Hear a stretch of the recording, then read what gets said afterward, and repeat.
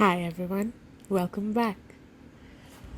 Have you ever explored a um, a little garden shed or a perhaps wood shop or somebody's workshop, especially if you've not been there before, and more so if you're a child? It's an endless place of wonder. There are, it doesn't have to be clean. It can be dust laden, maybe a layer of dirt on everything, might smell of soot or soil, but there's some part of an adventure to looking through and discovering things there. In my grandparents' home, my grandfather had built this little shed. It was his garden shed. And I think not really one corner, but towards the side of his garden. It looked like a lovely little version of a playful cottage with also a window to it. And you had to, even as a kid, I remember, you had to kind of crouch down to get into it. It was tiny. And I remember while we were playing, I think at the most two kids could fit inside to hide or to whatever, plan conquests or whatnot. And I loved that place. I used to love going in and actually closing the door and then exploring, pots of soil or seeds or different kinds of tools for gardening. It was this wondrous place. Same went for my father's workshop in our backyard. This was a much bigger version of the little garden shed, and it wasn't built as cutely, but it was still an endless place of wonder. Rows and rows of glass jam and jelly jars filled now with rusted nails and rubber stoppers and washers and rows of tools like what are those? Wrenches, yes, wrenches and things to cut wood with. This raggedy old table. It was brilliant. Everything was rugged, and that was the fun of it. Exploring it or finding a so-called lost item, probably kept at one time very carefully somewhere, stashed away, but now lost because you had sadly forgotten. And I, being my father's little helper, I was the one who was supposed to go find stuff. And the even better thing would be if he didn't even have to say what he was looking for, if I could guess what it was. Oh, the joy of being able to provide him with that. It was quite brilliant. I think those are some of my most fondest memories of me being my dad's little helper. Kind of, I don't know, I would almost imagine myself like a Tom Sawyer in overalls and painting stuff. I think there's pictures like that as well, me and my dad painting grills and stuff. So yeah. I have lovely memories of these kind of sheds and workshops and rooms. And that is essentially what Geillis and William will be doing in this chapter. So I look forward to reading it, and I hope you look forward to listening to it as well. It's a bit of a longish chapter, just to let you know. So chapter 10, The pen and ink drawing is of the attic.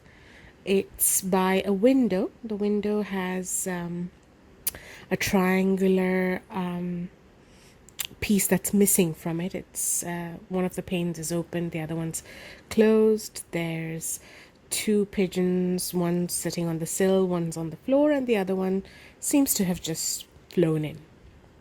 And with that, we begin the chapter.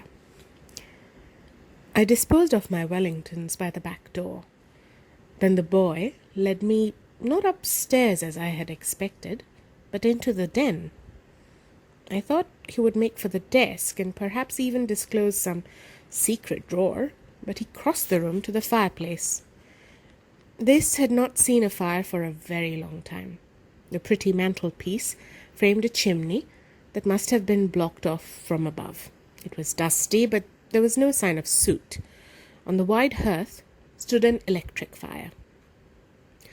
Before I realized what he was doing, William had put the ferret into my arms and was reaching forward and up into the chimney. I'd never handled a ferret before, and if I had been given the choice, I would have refused to touch it. Something about the pink eyes and nose, the ferocious reputation, the whiplash strength of the hot little body inspired wariness.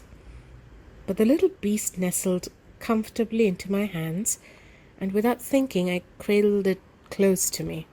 Its skin was like smooth silk, its body all slender muscle, and very warm. It lay still as a sleeping kitten and watched with me as William turned from the fireplace with a key in his hand. There it is. Why on earth did she keep it there? I expect she didn't think anyone would look there. I mean, if anyone wanted to hunt for a key, they'd look in the desk or the drawers or something like that. She didn't want anyone going into the still room when she wasn't there. Except you. A sideways look. I told you I helped a lot. I helped pick them and dry them too, the herbs and things. I even helped make some of the medicines. It's all right, William. I'm only teasing you. I can see that I'm going to rely on you a lot. Perhaps you can even teach me something about the herbs. Let's go upstairs now, shall we? The still room was the same size as the dining room below, but was much lighter. The furniture was simple. There was a big table in the center of the room and another under the window. They were plainly made little kitchen tables and were obviously working benches. In the alcoves to each side of the boarded up fireplace were shelves full of books. Against the inner wall, alongside the door, stood a big ancient dresser with a locked cupboard below, and on its shelves, instead of plates, rows of jars and bottles. In a corner, where possibly a wash basin had once stood, was a small sink with an electric water heater above it. Here, I said, take Silkworm, will you? William, who was already looking along the rows of bottles, turned quickly. I say, I quite forgot. I'm terribly sorry. You don't mind ferrets? A lot of ladies don't like them. I never thought because, of course, Miss Geillis could do anything. I've never met one before, to tell you the truth. Here, he certainly got very nice manners. Or perhaps he isn't well enough to bite? That might be it.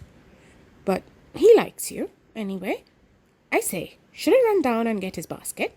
It's strapped onto my bike. I think that's a good idea. He ran off with his ferret, and I looked about me. The room was very clean and very tidy. The books were all in place and looked from one or two titles to be in order.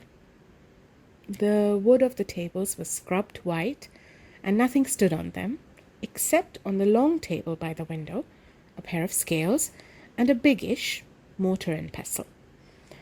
From the absence of all the things I had expected, bunches of herbs, sacks of roots, and so on, it looked very much as if the room had been scoured and everything put away. as if Cousin Geillis had tidied it all away at the end of her life to leave it ready for me. Apart from the orderly rows of bottles and jars, the only sign of herbs was a big bowl of potpourri, which stood on the end of the dresser nearest the door. It was mostly of rose petals and lavender, with geranium leaves and wild heartsease scattered over, but there was some strange fragrance about it that I couldn't place.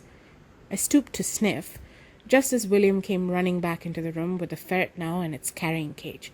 "Trefoil, Johnswort, verbetin dill, hinder witches of their will," he chanted. I straightened. "What do you mean?" He pointed to the potpourri. "They're all in there. I helped her make it. She told me about it. It's an old charm or something." Goodness. Well, now what about Silkworm? He set the cage down on the table and reached for a bottle from the dresser shelves. The label in my cousin's neat writing was in Latin and meant nothing to me. "Are you sure?" "Yes, quite sure. Anyway, it can't do any harm. I'm allowed to touch any of the bottles except the ones with red labels. And all those are locked in the bottom cupboard. This is the one. Look at the instructions." He handed me the bottle. Underneath the Latin inscription were the words, "Small a dot 1p dot d dot for 3d dot." That's small animal. It was one a day for Firefly. I opened the bottle. In it were some small blackish pills. "Well, it's your ferret, if you're really sure." He nodded. "Then I suppose we'd better have a go. Do you know how to do it?" "Just open his mouth and pop it down." For the first time, he looked uncertain. He eyed me. "Looked awfully easy when Miss Geillis did it." "I'm sure it did." "Well, we'd better start by getting him out of the basket. We can't get at him like that. Put him on the table and hold him." "That's right." I tipped a pill into my hand and looked dubiously at the ferret. William swallowed. Would you like me to try? It's my ferret after all, and if anyone has to get bitten, it ought to be me." I laughed.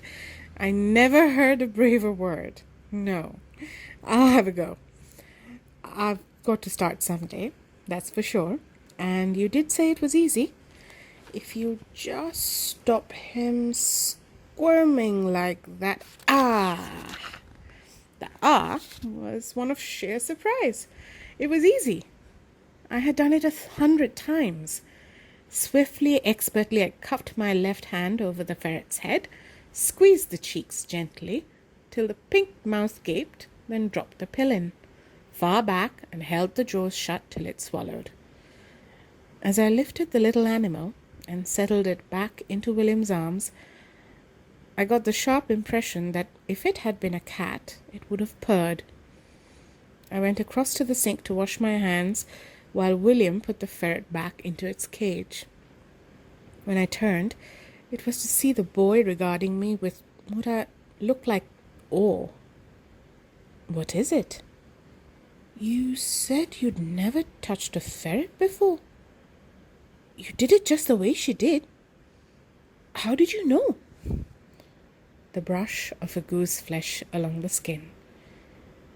The moment of suddenly clear sight. There stood the bottle, whose label I had not understood. There, all at once wide awake and weaving to and fro in its cage with whickering sounds and tiny sharp teeth showing, was the ferret which now I would not dare to touch. "I'm not sure," I said. I wasn't thinking about anything but getting the pill into him. William, where did Miss Saxon keep her bicycle pump?" "What?" "Her bicycle pump. Something reminded me. I can't find it and the tires are flat. I wanted to go into town fairly soon." "It's usually on the bicycle."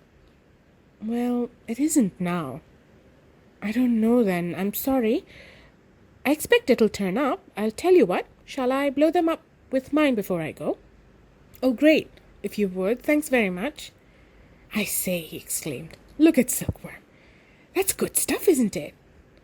It does seem to have done the trick. Look, William, it says the pills have to be taken for 3 days. Can you come back? Or would you like to take a couple home and try it yourself?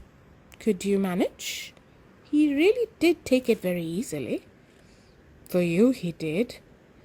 He hesitated, then flashed a sudden smile. Well, I could try. Dad would probably hold him for me, and if he had his driving gloves on, there's some empty pillboxes in that drawer. Here. Thank you. I dropped the pills into the box, capped it, and gave it to him. Do you know what's in them? No, not really. There's gentian and honey, but I don't know what else, or how they were made up. She had a machine for doing pills, I think in that other drawer. Never mind now. I'll look later. I glanced at the bookshelves. I dare say it's all there somewhere. It does look as if I've got an awful lot to learn. She used to say it was all there, magic and all, and, lovingly regarding the ferret, it is magic, isn't it? Look at him. Thank you ever so much for letting me bring him in, and for giving him the dose. I'm glad you're here. You love them too, don't you? I can tell. So could Silkworm. Actually, ferrets are good as pets, even working ferrets, he added hastily. You never had one then? I was never allowed any pets. How awful. None? Not even a dog? No. Why not? No one to look after him when I was away at school. Who looks after Silkworm and Co? You told me your father would only let you keep them if you did it all yourself. What happens in term time? I have to feed them before I go and clean them out at night or at weekends. Oh, you're at day school? Yes, I'm a day boy at Arnside. I think my parents had always fancied boarding school, but I didn't. And then my father said, okay, it probably wouldn't have suited me anyway. He always hated his. He said they weren't a good idea for loners. And you're a loner? Well, said William, sounding all at once about 20 years older, in what must have been an unconscious mimicry of his father. Let's say that my hobbies aren't popular ones. Reading, gardening, collecting flowers and watching birds and animals. I'm not terribly good at games, so I can do all that at home. And if I look after the animals properly, I can have them. It's it's fair enough, isn't it? More than fair. In fact, you're lucky. I know. How awful not to have any animals, not a cat either. There was a cat, but she was an outdoor cat mostly, and I never got to know her. Which reminds me, do you know where Hodge is? He looked troubled. No, sorry, I don't. I've been awfully worried, as a matter of fact. Miss Geillis was sure he'd be all right. He'd got a bed in the shed, and there's a cat door, and when she knew she'd have to go into hospital, she fixed with Mrs. Trapp to feed him. And I said I'd come over whenever I could. I did see she'd put sauces out for him, but the food wasn't touched, except where it looked as if mice or birds or something had been at it. Do you mean you haven't seen him since Miss Saxon went to hospital? I did think I saw him once. It was last Saturday, when I was clipping the box borders in the herb garden. And I thought I saw him on top of the wall, and I called to him, but he, if it was him, just slipped down the other side and disappeared. Then it does look like as he might still be somewhere about. Was the house empty then? Yes, of course. I see what you mean. Well, Mrs. Trapp was here when I came over on Saturday. When I went in to wash my hands, she had the kitchen upside down, and I thought she was looking for something. But she said no. She was just cleaning up, because the old lady was expected some day soon. a bright glance up at me. "Was that you?" It was. I was quite a surprise to her. "Was she here when you came, then?" "Yes, I did ask her about Hodge, and that surprised her too. All she said was that he'd be about somewhere, she was in a hurry, and she didn't seem much interested. But if she did put saucers out, I'll ask her again when she comes back." He followed me out of the still room and watched while I locked the door again. We started down the stairs. "How did you know about Hodge?" "My cousin left me a letter. Asked me to look after him." "Don't look so worried, William. Cats are pretty competent. And so was Miss Saxon. She obviously expected him to stick around till I came, and..." I hesitated. "She knew I'd be coming soon. If you saw him on Saturday, that's probably just what he's doing." But he still looked troubled. He paused on the landing, holding the ferret's cage close to his chest, his head bent as if to study the animal inside. "If anyone..." He stopped, undecided, then tried again. "That is, if someone wanted to harm him..." "Oh, William, who would?" "Anyway, they'd have to catch him first. And have you ever tried to catch a cat that didn't want to be caught?" "Well, but poison or something..." The words, muttered into Silkworm's cage, could hardly be heard. I drew a sharp breath, decided not to ask the question that instantly suggested itself, and instead said firmly, "That's even more difficult than catching him. A vet once told me that it's next to impossible to poison a cat. A dog, yes, but cats are far too fussy. You'll see he'll be waiting to find out what happens here. And he'll turn up just when he wants to." "You bet he will, once he knows you're home," said William, suddenly cheerful. He started down the stairs again. "They really are competent, aren't they? And of course, if Hodge was a witch's cat as well... Oh, golly!" This, as he caught sight of the clock in the hall. "Look at the time. I'll have to rush. Thanks a million, miss. I'm terribly sorry, but I've forgotten your name." "It's Ramsay. But won't you call me Geillis?" Well," said William, not committing himself. "Thanks anyway. I've got to go, but please, may I come over and help you the way I used to?" "Of course you may." I would not have dreamed of querying his use of words. "But just a minute. I forgot to ask. Where's the key to the poisons cupboard?" "Under the potpourri." "And the attics?" I had to raise my voice. He was ahead of me and already at the buyer's door. "How do you get to the attics?" "Through here, from the kitchen." "The kitchen? But I didn't see a door there." "The back kitchen, a door in the corner. Looks just like a cupboard. I won't forget the buy. Goodbye." The buyer's door shut behind him with a soft puff of dust. Trefoil, Johnswort, vervain, dill, hinder witches of their will. The scented leaves rustled and gave up the key. I knelt and opened the cupboard door. It was as William had described it, full of bottles with detailed labels printed in red, with a poison warning on each one. Boxes, too, similarly marked and full, when I investigated a couple of them, of what looked like the raw ingredients of the distillates and decoctions, dried leaves, stems, roots, to me unrecognizable. I sat back on my heels, regarding them and wondering again why, since Cousin Geillis had apparently foreseen and so carefully prepared for her end, she had not taken more pains to leave detailed instructions for her successor. Though the actual end had come suddenly, nothing surely had been left to chance. The essentials had been taken care of, and long before the event. The will, the letter, the consigning of Hodge to my care, the hiding of the still-room keys until the transparently trustworthy William could show them to me. So I could take it that the lack of direction about the precious still room contents was deliberate too. But where did that leave me? Did she mean me to assume her mantle? Herbalist, wise woman, witch? As today I had assumed her actual clothes, circumstances seemed to be pushing me that way.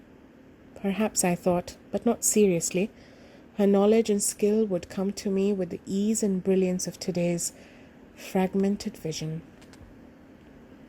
What did come was a memory of that long ago day beside the River Eden and Cousin Geillis' sharp comment. The only luck you have in this life is the talent you're born with. The rest is up to you. Well, I knew all about hard work. Just give me time, Cousin Geillis. As you have given me your calm refuge, your tools, your precious solitude, give me time to be myself, know myself, become a little used to happiness. The rest will be up to me. I locked the cupboard, buried the key back among its protective petals, and went downstairs. I made myself cook and eat lunch before I attempted to look for the attic door. I even washed up and then sat carefully, leisurely, over a cup of coffee, before at last making my way through to the back kitchen. Now that I knew, of course it was obvious. In the days when maids had been kept here, the back staircase to the garret bedrooms would open from the kitchen. The first of the two cupboard doors was, as I had guessed earlier, a broom closet. The second gave on a flight of narrow wooden stairs which led steeply up between boarded walls. There were no banisters and the treads were bare. A step sounded on the flagged path outside. I turned, expecting to see Agnes, but it was a young man, a youth of perhaps 16.